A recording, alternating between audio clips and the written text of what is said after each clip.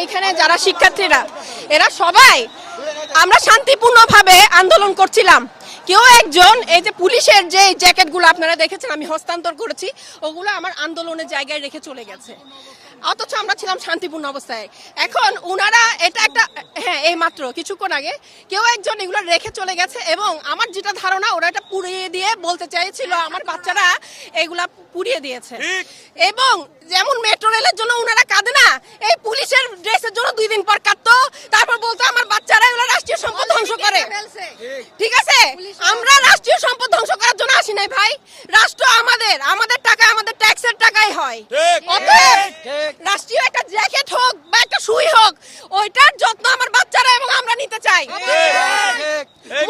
আমাদের সম্পদ মতিউর বেনজিরের মতো তো আমার বাচ্চারা টাকা বার করতেছে না, একটা জ্যাকেট পাইছে তা পর্যন্ত বলতেছে ম্যাডামকে ফেরত দিয়ে আসেন। আমাকে সাক্ষী নিয়ে কেন দিতে আসছে জানেন? কারণ ওদের হাতে দেখলে আপনারা তো মনে করবেন ওরা ছাত্রলীগ, ওরা অমুক দল তমুক দল, শিবির, রাজাকার ইত্যাদি।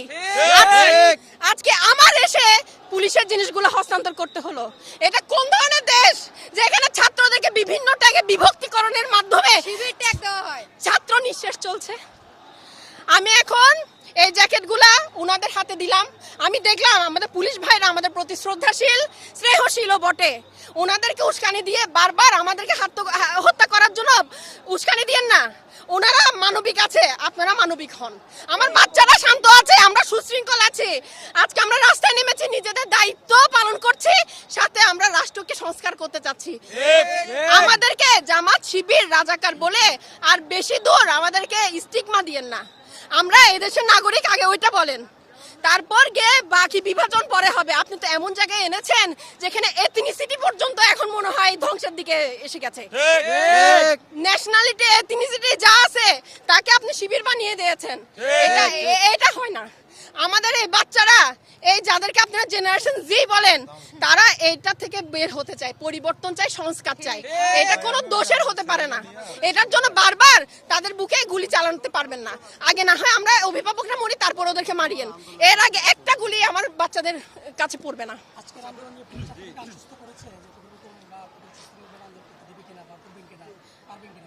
জি, পুলিশের সাথে আমার কথা হয়েছে, ওনারা খুব পজিটিভলি আমাদের সাথে কথা বলছেন। আমি ওনাদের মধ্যে কোনো অ্যাগ্রেসিভ অ্যাটিটিউড এখন পর্যন্ত পাইনি। কিন্তু একটা কথা বলি, ওপর থেকে পুলিশকে যখন বলা হয় তুমি কুকুরের মতো আচরণ করো, তখন তো ওরা করবে। কিন্তু আমাদেরকে আজকে তো পুলিশরা কথা বলেছেন সুন্দরভাবে। আমরা পুলিশের জ্যাকেটগুলো যখন ফিরাতে গেলাম, দেখলাম ওনারাও বাবা, দেখলাম ওনারাও আমার মতো অভিভাবক, ওনারাও আমাদের ভাই। তাহলে এই উস্কানিগুলো কে দেয়? উস্কানি কে দেয়? মানুষকে অমানুষ বানাবার উস্কানি কে দেয়? ছাত্রলীগও ছাত্রলীগকে বানিয়েছেন কুত্তা। মানে ওদের উপর ঝাঁপাই পড়ো, ওদের উপর ঝাঁপাই পড়ো কেন? ওরা ছাত্র না?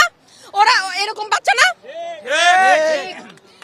এরা যেমন ছাত্র ওরাও ছাত্র, কিন্তু ওদেরকে আপনি ব্রেন ওয়াশ করছেন যে মারতে হবে, অপর দলকে নিঃশেষ করতে হবে। কেন? ওরা ভাই ভাই মিলেমিশে থাকবে, ফুটবল খেলবে, ক্রিকেট খেলবে, দেশকে পর্যটন খাতে আগায় নিয়ে যাবে, অর্থনীতিতে সমৃদ্ধি করবে। আপনাকে কে বলছে এসব ছাত্রলীগ, অমুক লীগ তমুক লীগ মানে বাচ্চাদেরকে ঝগড়ায় মেতে তুলতে? আমাদের বড়দের কাজ কি? ঝগড়া থামানো। আর আপনারা রাজাকার বলে ঝগড়া বাঁধিয়ে দিয়েছেন। শব্দ উচ্চারণ করতে পারলে ভালো মতো শব্দ উচ্চারণ করবেন। এভাবে যুদ্ধ বাঁধানোর শব্দ আপনারা ক্ষমতায় বসে উচ্চারণ করবেন আর বাচ্চারা মারামারি করবে, এটা আমাদের সহ্য হয় না। আমরা বাসাতে বের হয়েছে এজন্য, কোটা পাওয়ার বয়স আমার আছে, অনেকের নাই, কিন্তু আমরা কেন বের হয়েছি? এই যে